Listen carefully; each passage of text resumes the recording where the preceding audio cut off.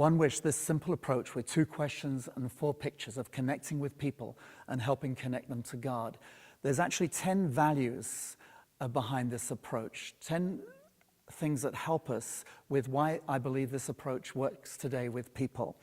And in the One Wish packet, there's this 10 values card. And as I share this, you can fill out the blanks here, and it will help you understand the thinking behind this One Wish approach. And the first value is this, that today as we connect with people, I believe that it's heart before head. Now, the head is important. God says, love the Lord your God with all your heart, with all your soul, with all your mind. So the head is important. But I found in connecting with people that it's the heart before the head. And that first question, if you could wish one thing from God today for you, what would that be? They answer from here, not from here.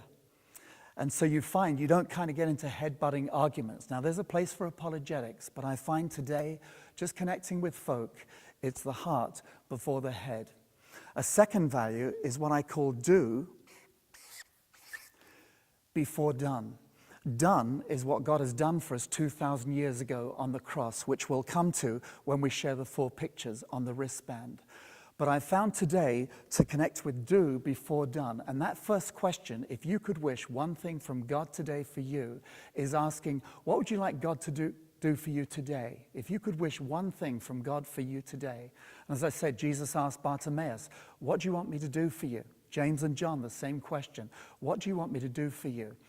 And when we ask that question, if you could wish one thing from God today for you, that do question, we're saying something about who God is, that he cares about you, that what matters to you matters to God, and that God is right here, right now, right here in this place with you. God is not religious for special times and special places with special people, but for you and me right now.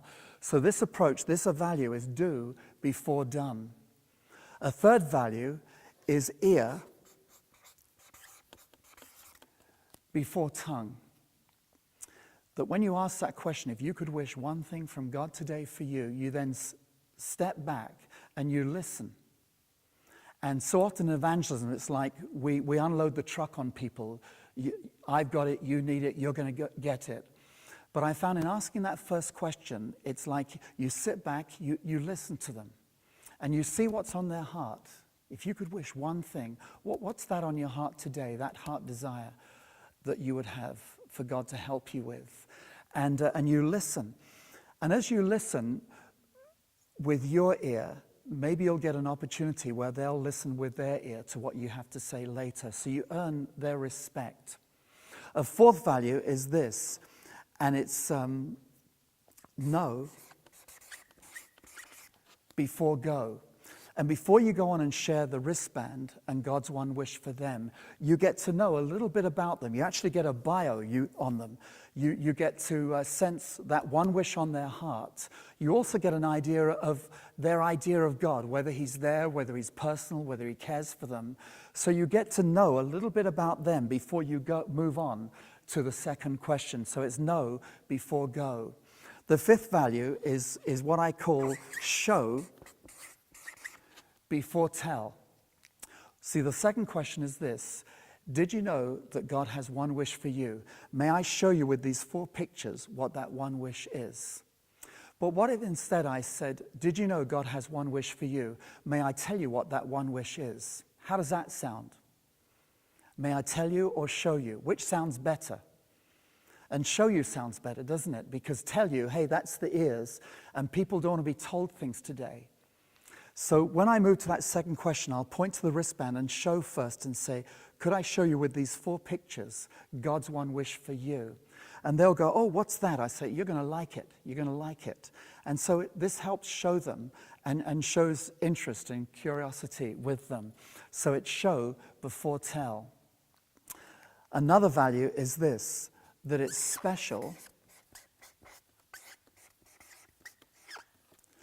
before sinful. And when I get to that first picture on the wristband, the diamond, I say, diamonds are of great value, aren't they? And you and I are of great value to God. And I'm explaining that people are special before I get to the second picture of the black and white, that they're sinful. And in fact, I'm starting in Genesis 1 that we are made in the image of God. We are special to God. And I find this is important today with people, that it helps build a bridge to them with truth, that they are special to God, before I'm going to go to the second issue, that they're also sinful before God. We're not going to make light of this, but we're going to introduce this before this. So this is a value. Another one is this: us before you. And as I go on, I say, you and I have great value to God. But as I move to the second picture, the black and white, I'll say, have you ever told a lie? I have. That makes us liars, doesn't it? Have you ever taken something that didn't belong to you? I have. That makes us thieves, doesn't it? And you notice the language. It's us language. You and I are of great value to God. Have you ever told a lie? I have. And so it's inclusive. It's the language of Isaiah, who said, I'm a man of unclean lips, and I dwell among a people of unclean lips. Because people, when we share with them, they'll get a sense, and we may not say it or intend it, but they'll kind of smell it if they feel, oh, you're better than me, and you're the good guy, I'm the bad guy, how can I become a good guy like you? And as I say, we won't say that or spell it out, but they'll get a sense of that. And so by using this us language, you and I have great value to God. Have you ever told a lie? I have. This is inclusive language to saying, hey, we're on the same plane here. And because to be honest, the only difference is I'm not better than you, but I am better off than you. I'm not. That's what I mean when I share with them. So it's us before you. But as I get to share these 4 pictures, another value comes, because when I've shared this and I say God is holding out his hand to you, would you take his hand of friendship? Some people take his hand, but others don't. I remember sharing with Michael on a tennis court, and he said, you know, Richard, I'm not ready yet. Another guy said, hey, Richard, you know, that's fine for you, it's not for me. And I said, okay. And this value is that I'm going to warm with the good news that God wants to begin a friendship with them, but I also need to warn them. And so I said to Michael on that tennis court, I said, you know, you don't want to take God's hand. That's okay. But God will hold out his hand to you every day of your life. And you can take his hand anytime. You know, the father with the prodigal son out on the hillside every day looking out. Maybe today his son would come. And so God will hold out his hand every day of our lives. We can take his hand until the moment we die. When we're dead, we may go to reach for that hand, but we will find that hand is no longer there. God will have taken his hand away. Why? Because if you and I will not take God's hand in this life, God will not take our hand in the next life. And I don't want to sound judgmental there. That's why I talk about us, that if you and I will not take God's hand in this life, God will not take our hand in the next life. But I need to warn them. The Apostle Paul said, warn every man. And we need to warn them, if you do not take God's hand in this life, God will not take your hand in the next life. And so I said to Michael, I said, Michael, I'm so glad when I was 18 that I took God's hand of friendship. And you can take his hand as well. And in fact, I'll show them the little one wish flyer and say, would you take this? Because this will explain to you, if you ever want to take God's hand, how you can take his hand. So that value, warm before worn. But if somebody does take God's hand of friendship, I also want them to help them to grow in that friendship. And that involves a commitment as well. And I talk about this 9th value of sit before commit. Because it's one thing to bring somebody into the family of God, it's another to help bring them up into the family of God. And so this little booklet, the follow-up booklet, Growing in Friendship, this 21-day booklet where they read a passage each day from the Gospel of John and talk back to God and make jottings in there from this booklet.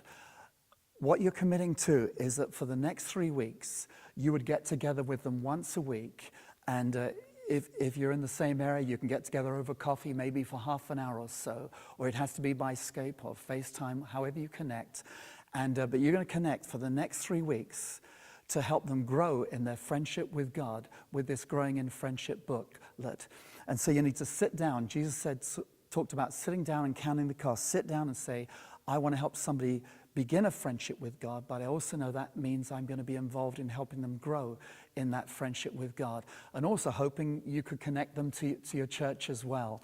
So that's that value. The final value is this.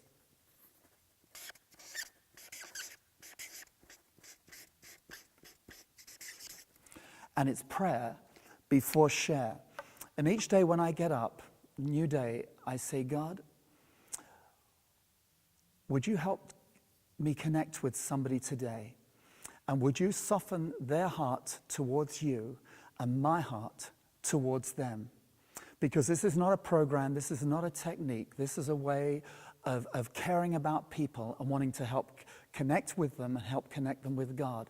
And so each day I'll say, Lord, as I begin this day, before I share with anyone, I pray, God, would you help soften their heart towards you and my heart towards them. And when I take teams on One Wish mission teams out, often when we go out on the streets or wherever we go into the parks, I'll first say, before we go share with people, let's just walk around the town, the neighborhood, let's just look, and let's, as we see people, say, God, would you soften their heart towards you and my heart towards them. So these are these 10 values. You can fill them out on this little card, but this gives you the thinking behind this approach, One Wish, with these 2 questions and 4 pictures. Thank you.